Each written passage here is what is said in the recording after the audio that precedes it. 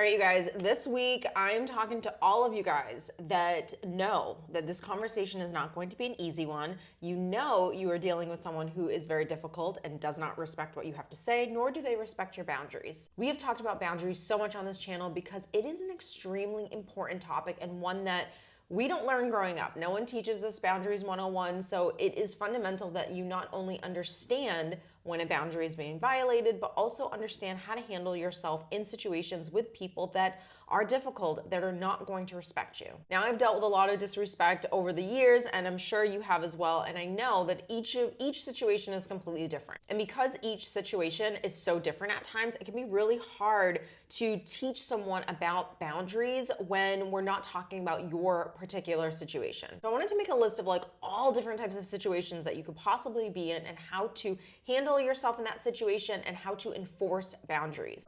Boundaries is all about consistency, and it is all about you teaching someone what you will and will not tolerate. And over time, any person, even like a really unhealthy one, eventually is going to have to change their tactic, but they'll only change. And we're not talking about their character. We're just talking about how they approach you.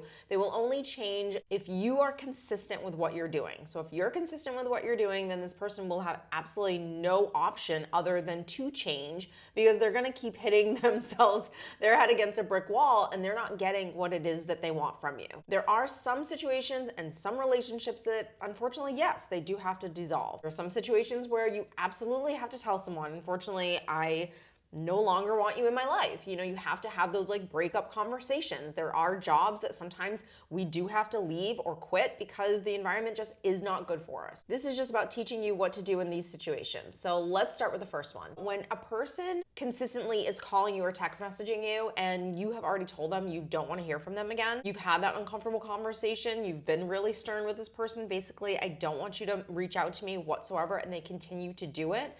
So what are your options? In terms of enforcing this boundary, really your only option is to either block the person. Obviously, you know, you don't want to go to extremes as to like change your number or anything like that. But if it is an extreme situation, that might be something that you actually have to do. You want to be very clear in letting this person know that if you do this, this is what will happen. And if you say that, you have to make sure that you follow through with that boundary. Most people are just not confident, not consistent, and the same thing happens time and time again because that person is not following through with what it is that they say that they're going to do or what the boundary is. Or perhaps they're not even really clear as to what really is the consequence for this person's actions. You know, if you're having a conversation with someone and you're saying, hey, I don't want you to text me anymore and I don't want you to call me. Are you dealing with a stalker situation? Are you dealing with an ex that is really unhealthy? It's not just about, okay, well, Steph said to block this person. No, if you know blocking this person is going to trigger them in some way, then you just want to be cautious and careful if you do have to go to the next measure, which is, you know, a restraining order or something like that. It's just all about understanding the person that you're dealing with, understanding the environment. And I think in the cases where they're not as extreme as that, where you have to file a restraining order, it is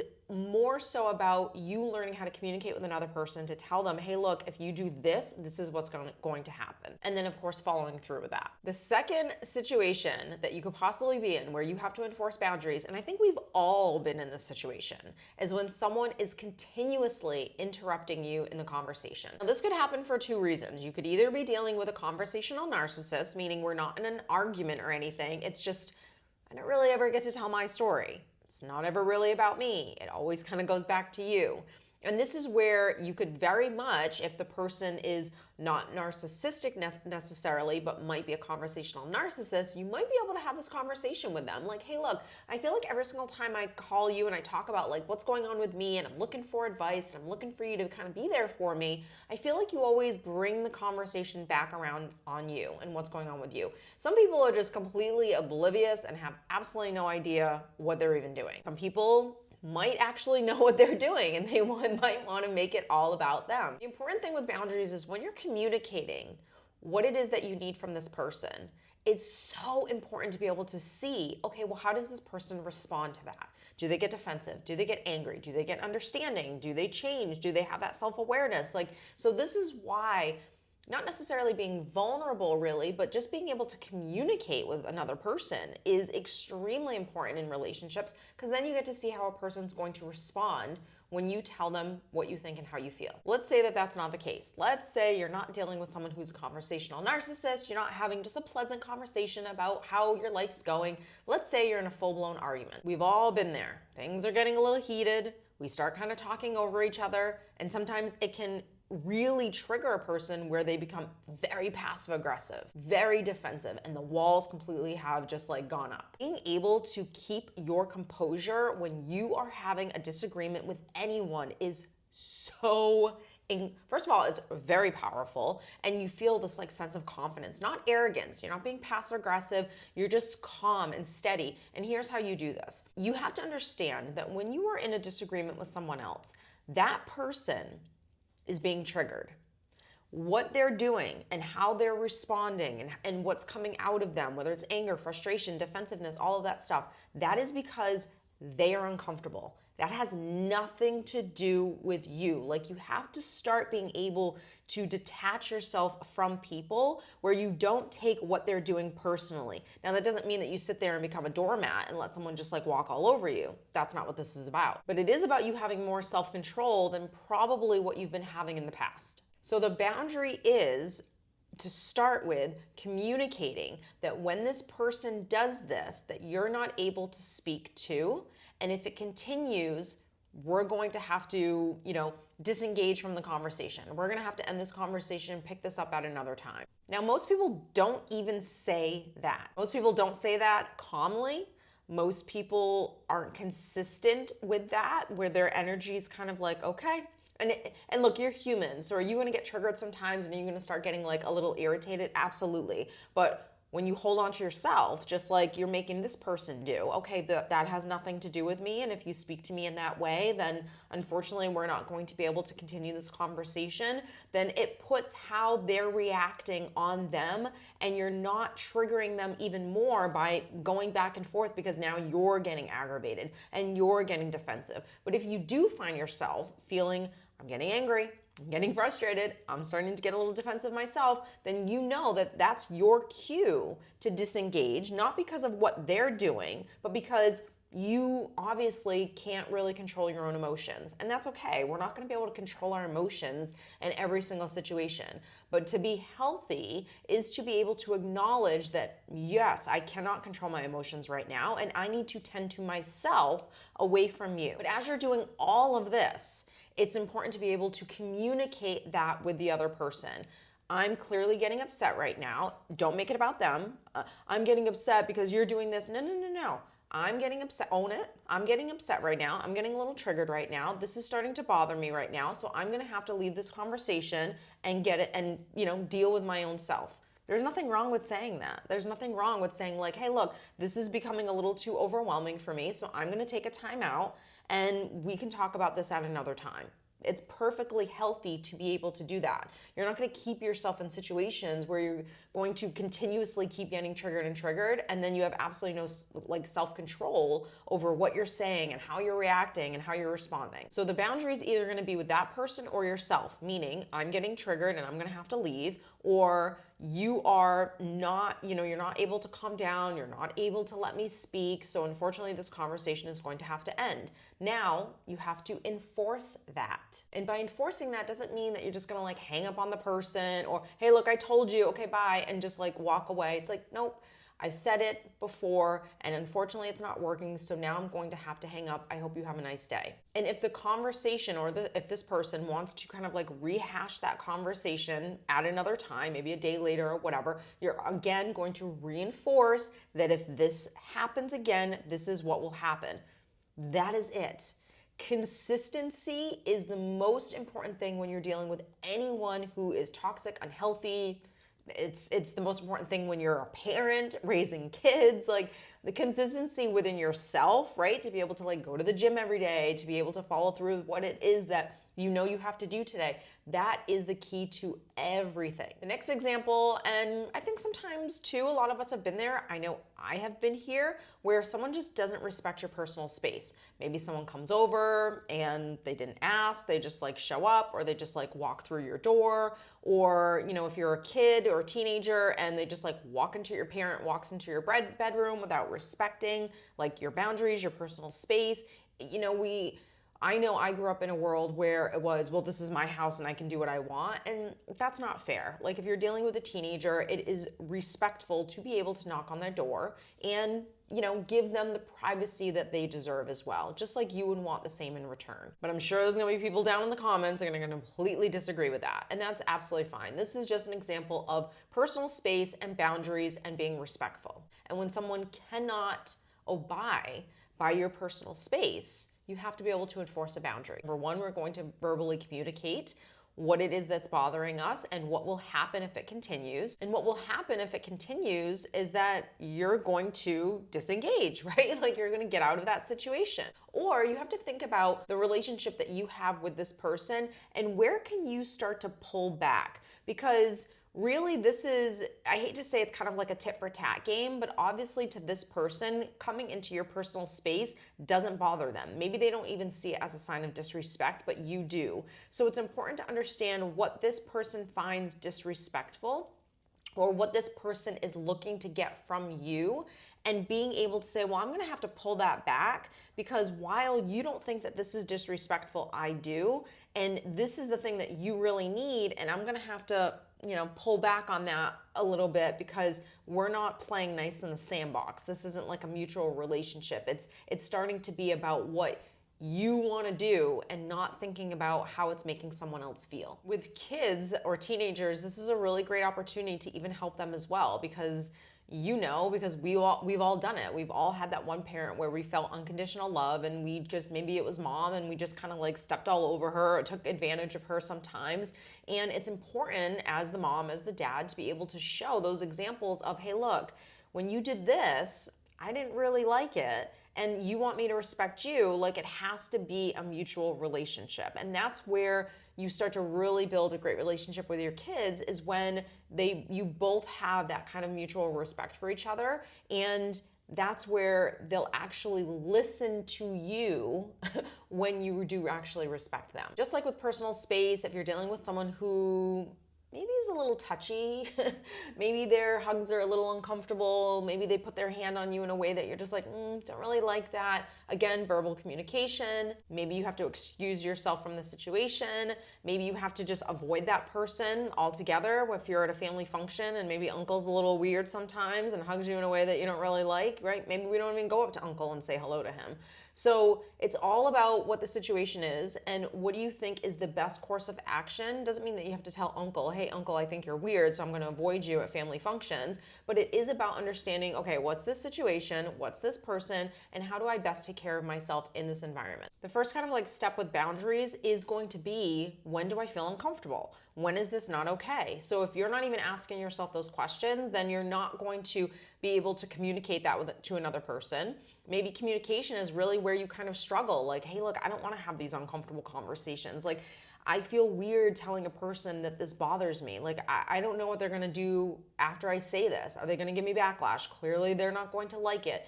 And you don't ever, then you're working on basically the fears that you have of standing up to this person. Then the next hurdle is, what do I do? Like, how do I actually enforce this? What are the things that I need to think about in this relationship? Where can I kind of like pull away from this relationship? Maybe I just need to cut this relationship completely off. Maybe I need to avoid this person a little bit. So while every person and situation is different, this is really, you do really know what it is that you should be doing. We sometimes just don't stop and pause in order to ask ourselves, okay, how should I handle the situation? The next example that I know we've all been in, I've been in it, I know you have been in it as well, is when someone kind of like disregards your feelings. Depending on the person, I feel like I've said this a lot during this video, depending on the person, depending on the situation, but the first step for me is to teach this person not how to behave. I'm not giving them, free lessons here on how to actually be a decent person, but I am going to tell this person and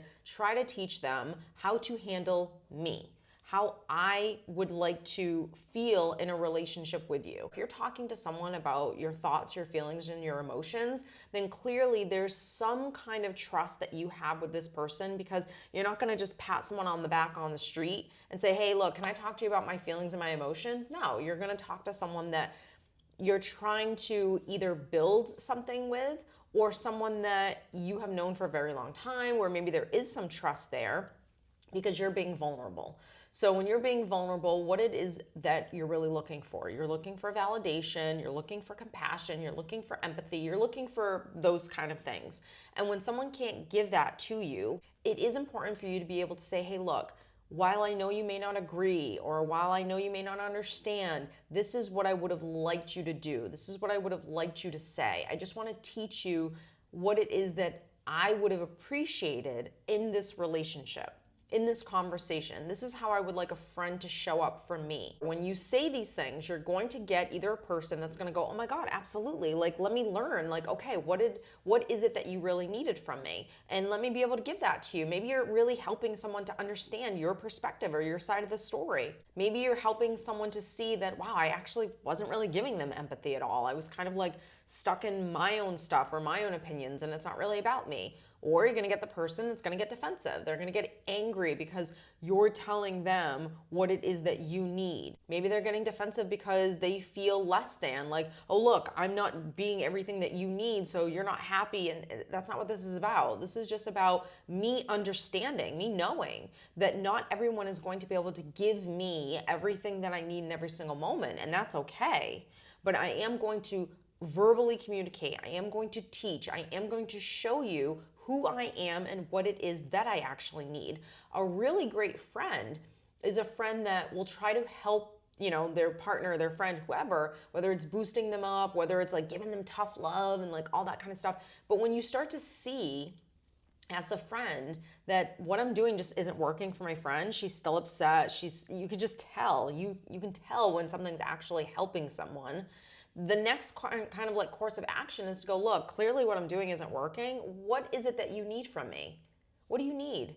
When you can ask someone that, even you, if you can ask your friend, your partner, hey, look, what is it that you need from me? Or what is it that you would have liked for me to do in that situation? That is huge. That is so great, because first off, you're acknowledging to this person that, look, I'm not doing everything right, and clearly I don't know what to do in this situation. This is true for a parent. This is true for a romantic partner, a friendship, all of those relationships. This is what you should be saying, because you don't know. You don't know what your teenager needs to hear or say or feel. You don't know what your girlfriend needs, what your husband needs. So it's important just to be open and honest. Say, look, I'm not perfect. I'm not going to get it right every single time. What is it that you need? And it's also important for the other person to forgive that person for not giving them what it is that they need, because it's not their job. It's not their job to fill you up and do everything right every single time. So when you can have that kind of mutual conversation, then a relationship can progress in a really healthy way, because you're being vulnerable, you're being open, no one's getting defensive, and you can mosey on along and start actually learning really a lot about each other. But let's be honest, that's not always going to happen, because everyone's wounded, everyone's coming from an ego or some kind of unhealthy space. So let's do the typical example, unfortunately, of someone who just kind of like dismisses what you think and how you feel, and they don't want to learn. They're just going to completely shut down. The first thing is you have to understand what a person is capable of doing. Some people are just going to get defensive, and they're never going to be able to be open to kind of live in scenario one, like we were just talking about, right? So we have to accept, okay, this person is not capable of this, and maybe I need to change my expectations on what I was trying to get from this person. If I'm trying to get water from a rock, I'm always going to be disappointed. So I have to change how I view you and be able to accept that you're just not capable of being what it is that I need. And that's not something that you have to tell that person either. It's just something that you have to know in the back of your mind. If you love your sister to death and all you want to do is be able to call her and tell her everything, and she's going to do everything right every single time, and you just know that's not going to be the case, you have to accept your sister for who she is. You also have to try to figure out, what is it that I was trying to get from this person? Was it love? Was it validation? Was it empathy? And those are honestly the things that you're not giving yourself, because when you give yourself what it is that you don't need it desperately from someone else, and you can accept that, yeah, that person probably isn't capable of giving it to me, and you don't feel this like disappointment inside your soul because dad couldn't be who I want him to be, or mom wasn't capable of being the woman that I needed. You're starting to learn how to fill yourself up. Now, when you're a teenager, when you're a kid, this is not easy because you're not equipped yet to be able to fully fill yourself up. You haven't probably even learned the skill, nor have you been actually doing the practice. And let's be honest though, there are adults that are walking around that are throwing tantrums, that are completely unhealthy, that are codependent. So it's not just about being a teenager or a young adult, it's also about being a grown man or a grown woman and still not being able to do this stuff for yourself. But that's what you're learning here. You're learning that, oh my God, I've actually put all of how I'm feeling on someone else in order to fill me up. That's not what was supposed to be happening. The next example, and I know we've all been in this situation as well, I have too, where someone just criticizes everything, criticizes your life, criticizes your decisions, where you want to go. They come from fear, they come from lack. So they either criticize and make you feel bad, or they criticize because they're trying to help you and be realistic. And all that negativity is just like completely draining your energy and keeping you maybe even stuck in some fear that you already have. So what do you do in that situation? First, it's depending on the person. Can this person hear what you have to say when you acknowledge that, thank you so much for your opinions, but those are your opinions? Are they going to be open to actually have a real conversation with you where you say, look, I know that you're trying to protect me. I know you think that this is your way of loving me, but it's actually not helping me. This is what I need from you. I need support. I need positive energy. I need all those things. And then you can decide, first off, they'll be able to tell you, no, I'm not going to be able to give you that. Or they might try to give you that. And then at least you have something to kind of build on. At least this person is aware of like, okay, this isn't helping her or helping him. It's actually like making him feel worse. And I didn't really realize that. And because here's the thing, the opinions that you get and the criticism that you get is where this person lives energetically. So we can't take that on. And it's not our job to sit there and teach someone, oh, look, you're living in fear and lack, and that's a limiting belief, and those are just assumptions that you're making, and that's not true. That's not my truth. I don't want to believe that. Like, you do enough work on yourself. You know how hard it is to like get your mind in a good space where like you set a goal, you do something, you feel good about yourself, you're doing all this work on yourself, and you know this stuff is not easy, that you're gonna come in and like let someone that's not doing any work at all just like crush a dream. No, we're not doing that. Nor are we going to spend the time to get this person to see that what they're doing is not helping us or negative. So what do? How do we enforce this boundary? Well, we can easily have that conversation, and if they're open and receptive to it, then great, then maybe some things can change. But if not, we need to understand who a person is, and we limit what we tell this person. We're not going to tell this person all of our dreams, our goals, and our aspirations. No, we're not going to do that, which stinks because yes, we want to be able to tell our aunt, our mother, our sister, our father, our brother, whoever, but this person is not equipped to give you what it is that you need in order to like keep going, in order to like really feel good. So we have to start telling people in our lives that can actually give us what it is that we need in order to like keep us going. And the other people, we just have to limit those conversations. I think these were all examples that I've gone through as well. I had to learn very quickly, especially when I was starting my business, especially when I was kind of like diving into like self-development and all these things. I had to learn who I could and could not interact with when it came to these goals and the things that I wanted for my life, because I knew that this person was not going to go, oh my God, absolutely you can do that. I knew they were going to come to the table with, that's unrealistic. It's going to take you so much time. I remember going to get my coaching certification, and the person who was kind of like conducting the program, I remember asking her, at what point do you hire employees? Like at what point do you start like hiring people to like help you? And she's like, oh, it's gonna take years before you can do that because you have to build up a network of da da da. Like, the amount of limiting, and I was like, oh my God, you're teaching me about limiting beliefs and listen to what you're saying. Like, so, and that's because of what happened to her and her business and how long it took her and me. It took me a year to hire my first employee. So whereas her, she had one employee and she was in business for like 20 years. So, and it took her forever to be able to have the money to hire someone. Me, it took a year. So every situation is different. But that just goes to show that even a person who was enlightened in some way still had their own fears or still had their own past experience that gave them the opinion to say that to me, right? So it's just about being self-aware as to, and for me, I saw that very clearly because I could have easily gone, okay, it's gonna take me years. All right, I gotta do this and I gotta build this business. And then in like 10 years, I'll be able to have like 4 employees and then I can work up to like 20 employees after this many years. I could have easily gone that route. But it was like a light switch went off and I was like, oh my God, I see it. I see the limiting beliefs. So start being able to see these things and not take them on. I think most people really do struggle with enforcing boundaries because they either have this assumption that it has to be these extreme things like, oh my God, I need to cut this person out of my life, or they just really fear what that person is going to think of them. I'm telling you, you're either going to not do any of this and you're going to have the same people taking advantage of you or disrespecting you or violating your boundaries all day, every day, or you're going to start to figure out where in this kind of like list of boundaries, this outline of what boundaries is, where do I really struggle and what do I need to work on? So look, I hope this video helped you. I hope you enjoyed it. Like, share, follow, subscribe, do all the things. Follow me on social down below and I'll see you in the next video. Take care, guys.